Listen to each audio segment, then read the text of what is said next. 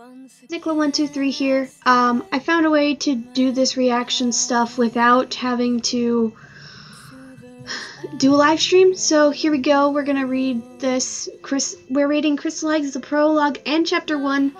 We'll be doing a chapter 2 video after this if I have time and stuff, but I couldn't record it off of my computer because, you know, it was being a pain in the butt, and I can't do live streams with Hangouts on Air, and I use that. So, here we go. And for all you who, and this is by Chocolate Cosmos, or Hibiscus Lime on DA, and she asked me to do a kind of a reaction to what she wrote. So, we're gonna read it, and then I'm gonna upload it, and we're gonna see what happens. Yeah. So, this is the warning she left for Crystaleyezed. Warning, Crystaleyezed is a work of largely fiction. However, this work may contain disturbing content, including mentions of death, suicide, torture, and abuse and similar situations. All characters have been heavily researched into, and the roots of their names inspired, and connections may relate to factual circumstances of previously mentioned content. This is all purely for narrative's sake. However, if you are easily distressed, please proceed with caution. However, remember that good balances out bad. Life brings both. Life brings both. I do not wish for the bad of this universe, but we live in this is the bad. But if this universe is factual, it brings with it heartache. So here we begin. I don't have much time to record this because there's not much space on my tablet to do so. So, here we go. So, basically what she's saying is, you're not good with the whole suicide, murder, whatever. Please do not read this, and do not watch the rest of this video. That's a fair warning coming from me. It's past 12 a.m. My mind is lost. My life, as I know it, seems to have fallen to pieces. My love is lost. My inspiration, my future, everything. I am left in an empty shell with no dreams, well, accomplishable dreams. Everything I ever did was a failure. No life, no future, no freedom, no respect, no identity, no trust. I'm an outsider even from all the freaks. I belong nowhere in this world.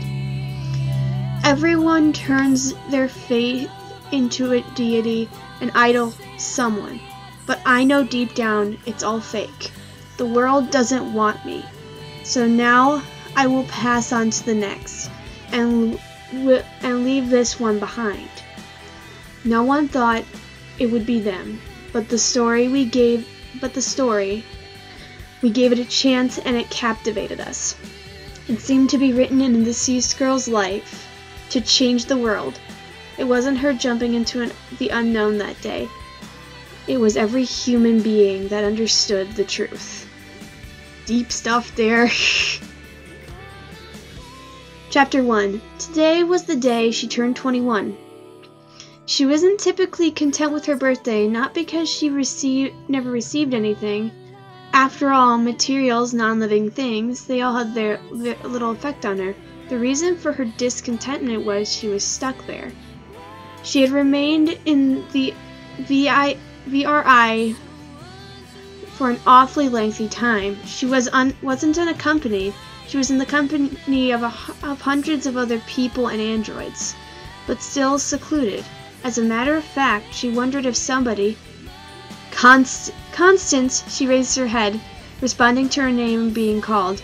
Someone was visible outside her hallway window, an aged woman with a face that displayed clear signs of stress and a bad attitude from frown lines. Constance presumed her menopause wasn't the sole cause of this woman's haggardness, especially since she was a uniformed worker of VRI. But one can't judge. She was a new one. She hadn't been there long. Constance had seen her around the department, but never actually spoken with her in person, which certainly wasn't on her bucket list. As it was conversing with anyone who worked here. The woman proceeded to harshly thud on Constance's door. Yes, I'm present. Yes, I'm present. I'm ready to go, Constance responded in her working voice, a sour monotone which barred no emotion or sweetness. The door violently was swung open. Constance wasn't startled. She knew by this phase every worker at VRI over a certain rank had access to this room. There was not a thing she could do to prevent it.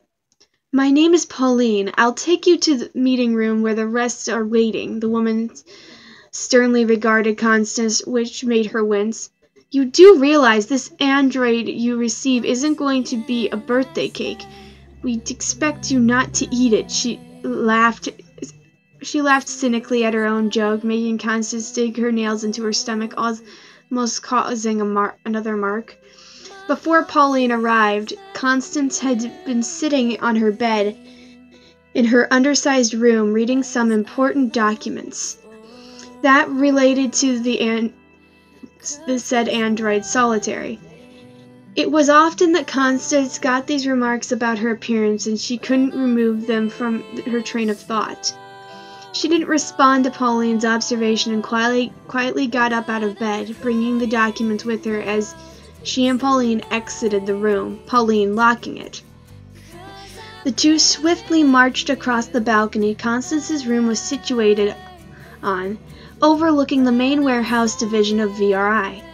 Cold silver steel bars connected to the rail and the cross-hatched dull metal-lined floors.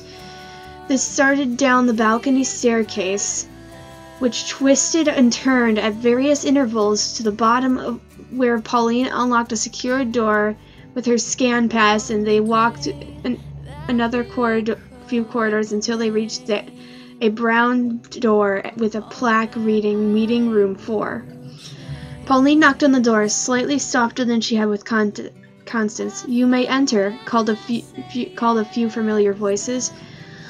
Pauline opened the door, entering with Constance following close. Pauline almost slammed the door in Constance's face behind her. Right, that's just about everyone. Everyone needed, that is. Shall we proceed? Said a woman with blonde hair and a tight bun and emotionless gray eyes. You've been waiting long. It's about time you people got educated in the real future of weaponry, said another woman, her twin almost indistinguishable in appearance to her sister, apart from her having her brown hair. Constance looked around the room. It was a dreadfully expansive room with white walls and a ceiling and a tiled floor with no windows. In the middle was a large circular table with various individuals Constance had never met before.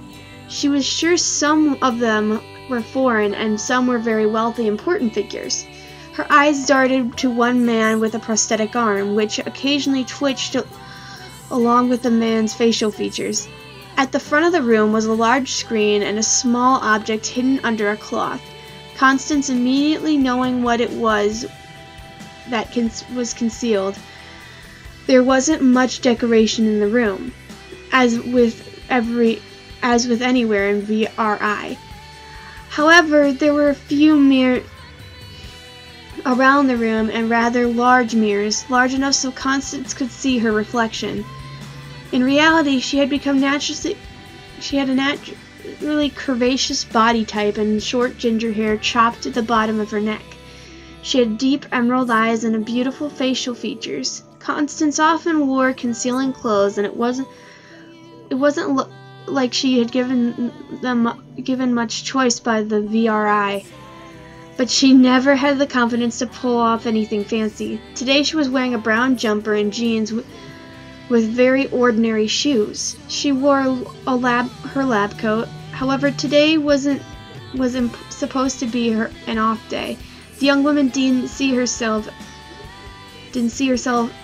as she really was. However, many years of bullying and vicious abuse had left her with a warped sense of self-worth and a case of an undiagnosed eating disorder. She'd pictured herself as a disgusting, hideous, fat thing with the least desirable hair color and lackluster, tacky eyes.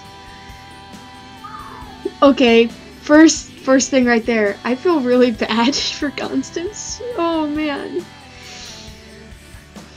Finally, at the front of the room with a screen, the main three leaders stood as chair people of the meeting. Professor okay, pardon me if I really failed this name. Sicarius Meller, Constance's uncle, the CEO of VRI. He had sickly, almost artificial skin and an all-shaven head and face.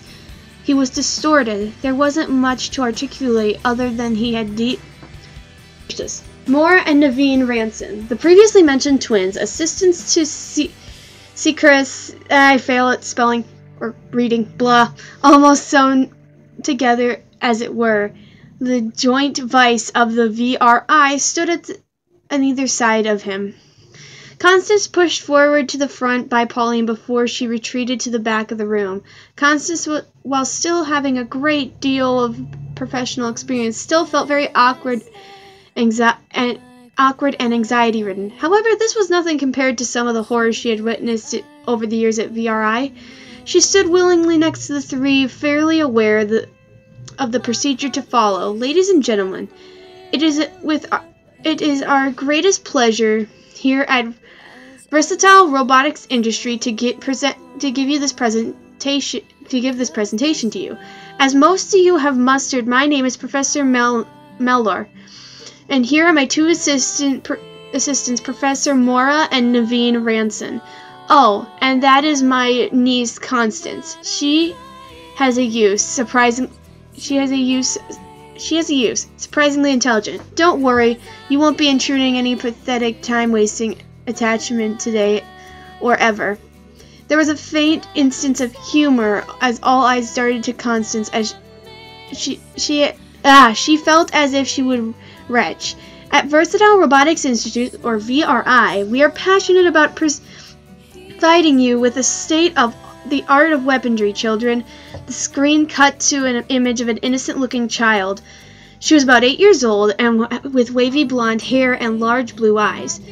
A few confused glances were exchanged around the room, and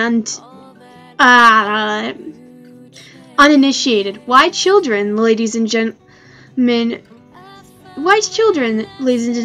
Gentlemen, the answer is simple. We have a trope of innocence to play off of. Gullible, unsuspecting people, the majority of our nation, as you will fall into the trap of happy, ultra-realistic voices and hyper-lifelike appearance. Oh, and they're just stupid kids, or what? Oh, they are just a stupid kid. What do they know about how the world works? He let out a laugh and continued his monologue as the slide switched the screen. Let me tell you about my past. It is greatly relevant to our current context. I came from a scummy Liverchester family, and you know the type.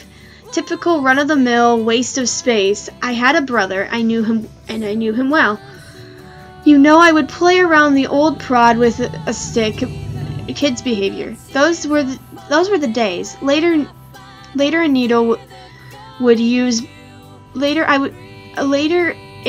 I would use, but I digressed. Constance shuddered. She didn't know the half of it, but she knew VRI had something unspeakable to her, had done something unspeakable to her father. Her parents disappeared when she was about 11, and from then on she lived in a permanent residence at VRI. I was naturally far beyond all my peers, excelling at school. I knew about the world. I was blessed with a brain that massively excelled in mechanics. Oh, I would see those scummy Liverchester kids fighting on the playground, and in my child brain, I would muse about what being a soldier would be like. Better yet, having your own disposable fleet of them. Time came when I was 10 years old and I spotted two sisters fighting at school. Who would have guessed I met my most faithful assistants? In in more than one sense. Eventually, he laughed. I wonder why I never, and you wonder why I never marry. Waste of time it is. Ball and chain. Anyhow, I digress again. I met my two comrades and progressed massively to university, where I studied robotics. Bear in mind, at the time the technology was comparatively appalling to modern day. Comparatively appalling to modern day. That is when I got my idea. These micro machines, little kitty compact killers, of unaspiring ideals and of the uni I got in my way. But thankfully, I met a man of great power, a government assistant, and received adequate agreement funding to set up VRI at the end of the 70s. And various instances occurred to get VRI to the state it is today. But let's skip the boring part, shall we? The slide on the screen change again. The current day VRI is a company that produces extremely realistic childlike androids used in warfare. We don't give them out on unstable terms. Okay.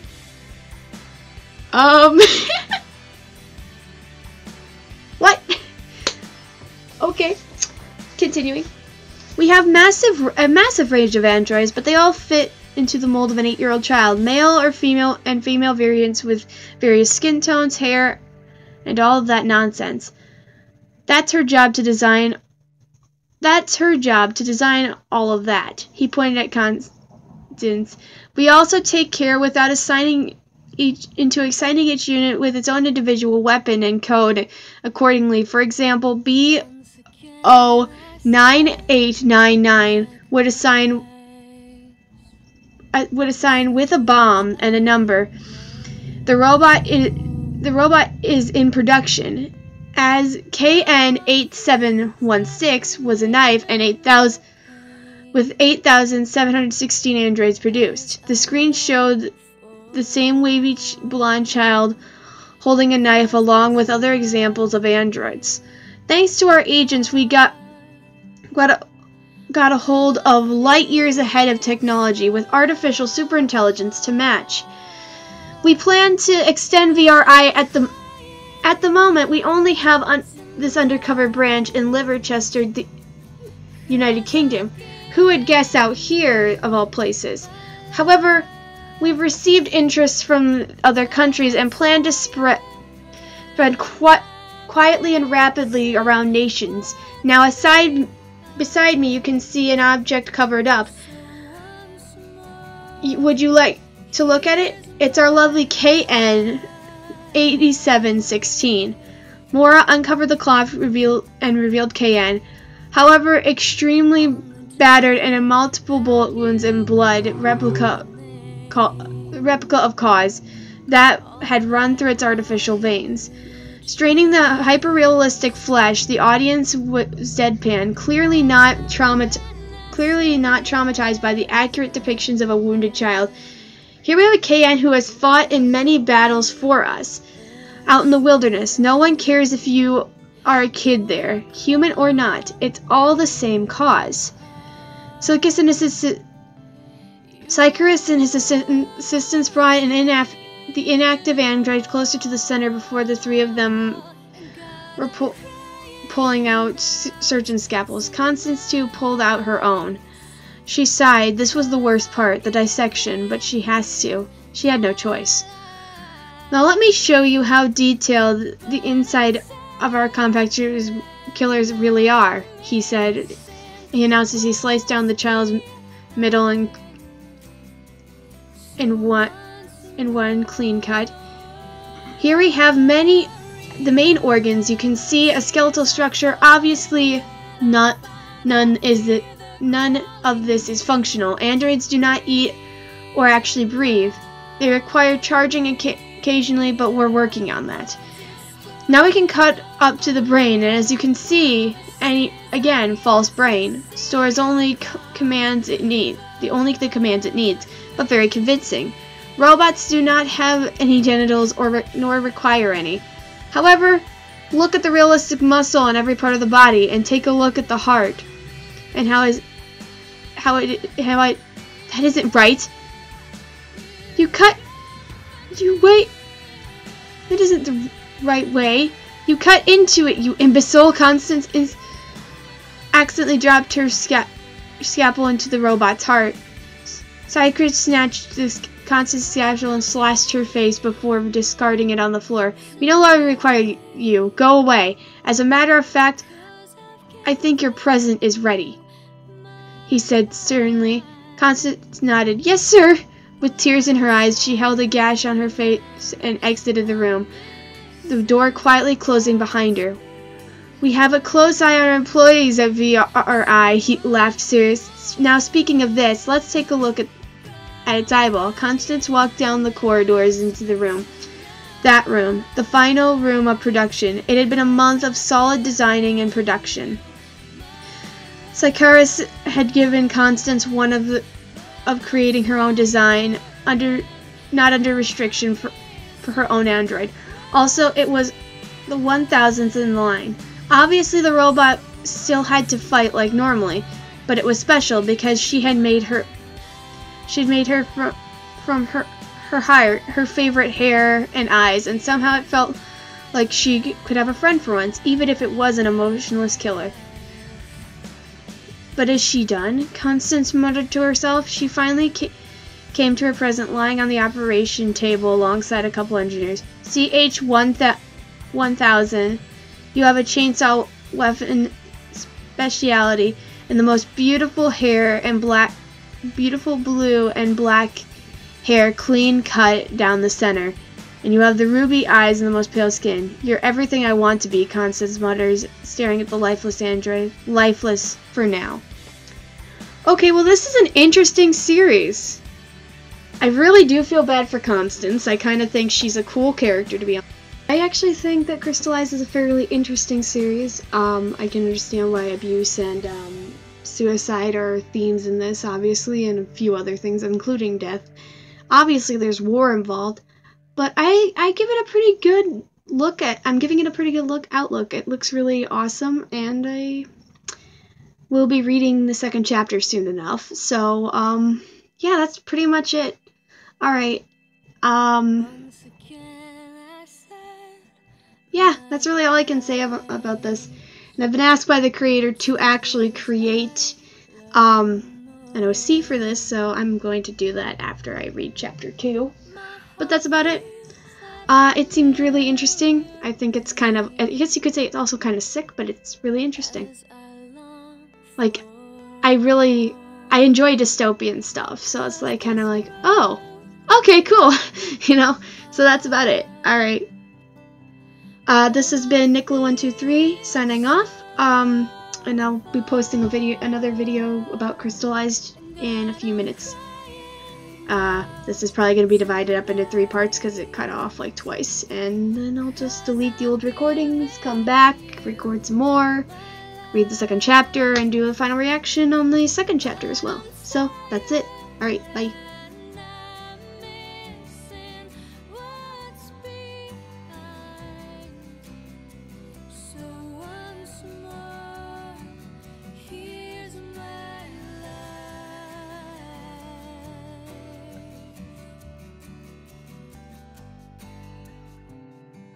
On the day that you